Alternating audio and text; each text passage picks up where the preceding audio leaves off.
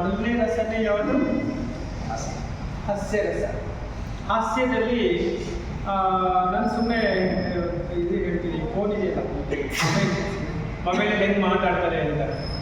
First ಸಲ ಪ್ರೀತಿಯಲ್ಲಿ ಬಿದ್ದು ಹೆಂಗೆ ಮಾತಾಡ್ತಾರೆ, ಆಮೇಲೆ ಎಂಗೇಜ್ಮೆಂಟ್ ಆದರೆ ಹೆಂಗೆ ಮಾತಾಡ್ತಾರೆ, ಹಳ್ಳಿಯಲ್ಲಿ ಬಂದವರು ಹೆಂಗೆ ಮಾತಾಡ್ತಾರೆ, ಸಾಲ ಕೇಳೋರು ಹೇಗೆ ಮಾತಾಡ್ತಾರೆ ಅಂತ ಸುಮ್ಮನೆ ಮಿಮಿಕ್ರಿ ಮಾಡ್ತೀವಿ ಕ್ಲಾಸಲ್ಲಿ.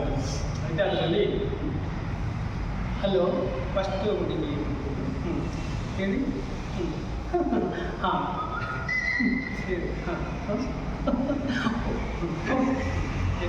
ಇದು ಹುಡುಗಿ ನೆಕ್ಸ್ಟ್ ಇವರು ಹಳ್ಳಿಯಲ್ಲಿ ಒಬ್ಬರು ಬೆಂಗಳೂರಿಗೆ ಬಂದಾಳೆ. ಅವಳಿಗೆ ಊರಿಂದ ಫೋನ್ ಬಂದಿದೆ, ಅವಳು ಮಾತಾಡೋದು, ಲೇ ಮಲ್ಲಿ ಹಾಲಿಟ್ಟು ನೋಡೆ, ಹಾಲು ತೆಗೆದಿಲ್ಲ, ಹಾಂ ಬರ್ತೀನಿ ಬಸ್ಸಲ್ಲಿ ಜೋರಾಗಿ ಮಾತಾಡ್ತಾಳೆ. ಅವಳು ಹಿಂದೂ ಮುಂದೆ ಯಾರಿಗೂ ನೋಡ್ತಾ ಇಲ್ಲ. ನೆಕ್ಸ್ಟ್ ಇವರು ಕೋಪ, ಜಗಳ ಬಂದ ಸಾಲ ಕೇಳಿದಾರಪ್ಪ. ನಾನು ಏನು ನೋಡಿದ್ದವು, ನಾನು ಮಗನ ಇವತ್ತು ತಂದ್ಕೊಡಿ, ಕತ್ತರಿಸಾಕ್ತೀನಿ ಇವತ್ತು ಅವ್ನು ಹೇಳ್ತೀನಿ ಮಾತಾಡ್ತಿರೋದು ಮೊಬೈಲಲ್ಲಿ, ಕತ್ತರಿಸ್ತೀನಿ ಅಂತಿರೋದು ಎದುರುಗಡೆ ಬಂದಿರೋದಕ್ಕೆ. ಆ ಥರದ್ದು ಈ ಥರ ಮೊಬೈಲ್ಗಳ ಬಗ್ಗೆ ಒಂದು ಮಿಮಿಕ್ರಿಯನ್ನು ಒಂದು ಸಲ ಒಂದು ಆಫರ್ ಮಾಡಿದೆ.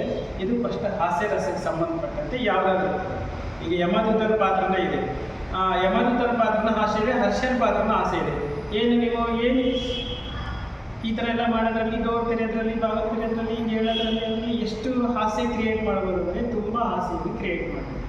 ನಾಟಕ ಬರೀ ಅಳೋದೇ ಇರಲ್ಲ, ಅದರಲ್ಲಿ ಹಾಸ್ಯನೇ ಇರುತ್ತೆ, ಅದು ಒಂದು ಹಾಸ್ಯ. ಆಮೇಲೆ ಶೃಂಗಾರ ರಸಕ್ಕೆ ನಾನು ಇವರಿಬ್ಬರು ಪ್ರೇಮಿಗಳು ಹೇಳಿದೆ. ಮೊದಲು ಸಲ ಪ್ರೀತಿ ಮಾಡಿದಾಗ ಬೇಡ ಅಂದ್ರೆ, ಆಮೇಲೆ ಮೇಕಪ್ ಮಾಡ್ಕೊತಿರೋದು, ನೋಡ್ತಾ ಇರೋದು,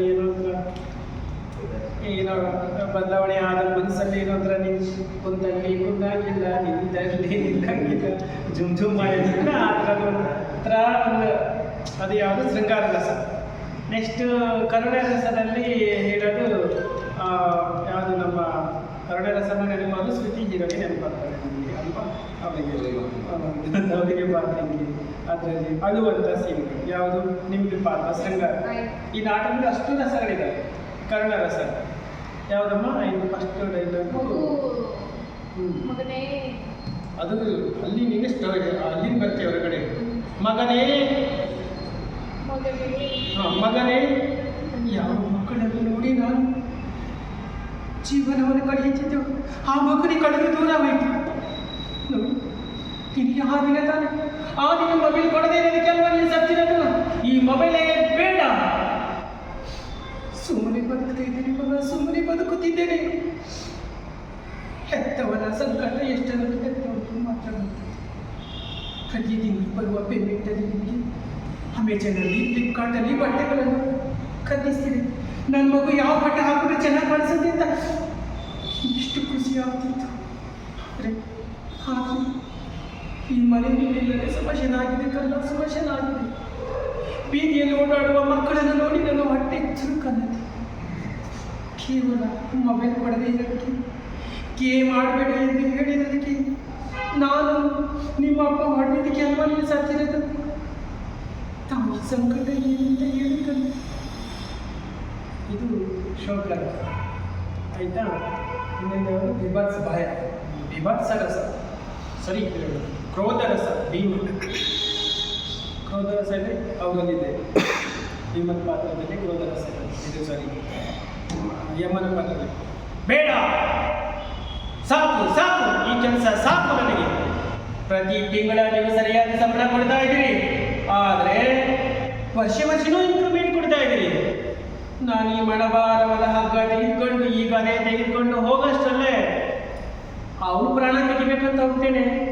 ಅವನು ಏನಾದ್ರು ಸಾಯ್ತಿದ್ದಾನೆ, ಅವನು ಸತ್ತೋಗಿದ್ದಾನೆ ಅಂತ ಹೋದ್ರೆ ಅಲ್ಲಿ ಒಬ್ಬಳು ಯಾವಳೊಬ್ಬಳು ಮೇಕೆ ಹೆಸರು ಸಾಯ್ತಾನೆ, ಇನ್ನೆಲ್ಲಿ ಯಾರೋ ಸಾಯ್ತಾ ಇದ್ದಾರೆ. ಈ ಸ್ವಾಮಿ ಯಾರು ಪ್ರಾಣ ತೆಗೆದುಕೊಂಡು ಬನ್ನಿ ಅಂತ ಬರೆದು ಕೊಡ್ತಾರೋ ಅವ್ರು ಸಾಯ್ತಾನೇ ಇಲ್ಲ. ಹೀಗಿದ್ದ ಮೇಲೆ ನಾನು ಹೇಗೆ ಕೆಲಸ ಮಾಡಲಿ? ಸುಳ್ಳು ಹೇಳಿ ಸೈನ್ ಮಾಡಿ ಸಂಬಳ ತಗೊಳ್ಳುವಂಥ ಜಾಯಮಾನ ಕೈಲಾಸದಲ್ಲಿರುವ ಪಾತ್ರಧಾರಿಗಳು ನಮ್ಮದಲ್ಲವಲ್ಲ. ಇದು ಸ್ವಲ್ಪ ಕ್ರೋಧ ರಸದಲ್ಲಿ ಬರುತ್ತೆ. ಇನ್ಯಾವುದು ವಿಭತ್ಸ ರಸ. ವಿಭತ್ಸ ರಸದಲ್ಲಿ ದಾರಿಯಲ್ಲಿ ಹೋಗ್ತಾ ಇದ್ರೆ ಬೆಳಗ್ಗೆ ಹೊತ್ತು ಕಪ್ಪಿಗಳೆಲ್ಲ ಬಂದು ವಾಹನದ ಚಕ್ರಕ್ಕೆ ಸಿಕ್ಕಾಕೊಂಡು ನೋಡ್ರೆ ಮೈಯೆಲ್ಲ ಈಸಿಗೆ ಬರತರ. ಇದು ಯಾವುದು ವಿಭತ್ಸ ರಸ. ಇನ್ಯಾವ ರಸ? ಶಾಂತ ರಸ. ಅದು ಮಾತ್ರ ನನಗೆ ಬಿಡ್ತದೆ ಶಾಸ್ತ್ರರಸದು. ಬುದ್ಧಂ ಶರಣಂ ಗಚ್ಚಾಮಿ ಸಂಘಂ ಶರಣಂ ಗಚ್ಚಾಮಿ. ಆಸೆಯೇ ದುಃಖಕ್ಕೆ ಮೂಲ ಕಾರಣ ಎಂದು ಸಾವಿರಾರು ವರ್ಷಗಳ ಹಿಂದೆಯೇ ಹೇಳಿದೆ. ಆದರೆ ಈ ಭೂಲೋಕದಲ್ಲಿ ಜನರು ನೀವು ನನ್ನ ವಿಗ್ರಹವನ್ನು ಇಟ್ಟು ಪೂಜೆ ಮಾಡ್ತೀರಾ, ನನ್ನ ಭಾವಚಿತ್ರವನ್ನು ಇಟ್ಟಿರ್ತೀರಾ, ನಾನು ಹೇಳಿರುವ ಸಂದೇಶ ಒಂದಾದರೂ ಪಾಲಿಸುತ್ತೀರಾ?